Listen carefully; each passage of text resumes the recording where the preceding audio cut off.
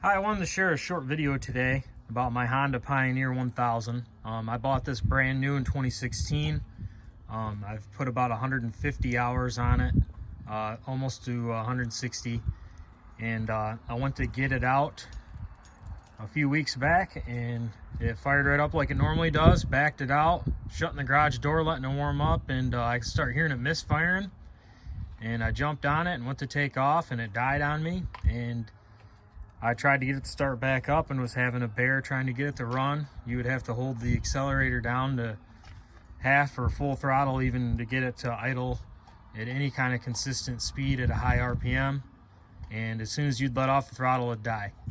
And I let it sit and came back to it about 40 minutes later and it was fine. It fired right up, I took off, and it died within probably 100 feet. Kind of was dinking around looking at the fuel, drain that out, replace that, nothing helped there.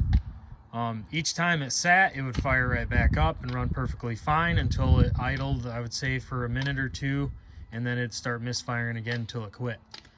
I took a gamble on not taking it to the dealer and just trying some easy stuff myself, so I checked out the air cleaner, and the next thing was the spark plugs, and the spark plugs ended up fixing my issue on the side-by-side. I wanted to do a quick little video on the spark plugs.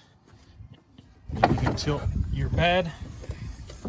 You need to take the cover off that covers your air box, and it's got these little plastic rivets, and they sit flush, and I was using an O-ring pick to get just underneath of it to pop this out. I'm going to try to replace these. I'm going to see if the other rivets to put this together work. As you can see on this one, it's a little easier to service because there's flats right there to pop that center piece out that locks it in. And to me, those are a lot easier to service than this style here, which you see is completely flush with a rivet, and it's really hard to dig that out and get it out. And I broke a few of them when I was doing this cover. You're gonna pull this cover back, and you can see your engine. And you can see that there's a spark plug boot there. There's another one back here where my finger is. I don't know if you guys can see that. There's not much room between the cylinder head and the plastic air box and underneath the seat back behind that one.